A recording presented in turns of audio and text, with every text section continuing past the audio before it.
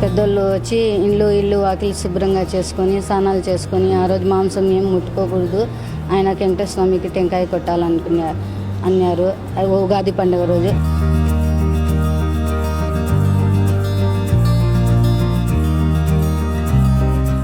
పూర్వ పాతకాలం నుంచి మేము మాత్రం విసిపెట్టేది లేదు, చేస్తానే ఉంటాం.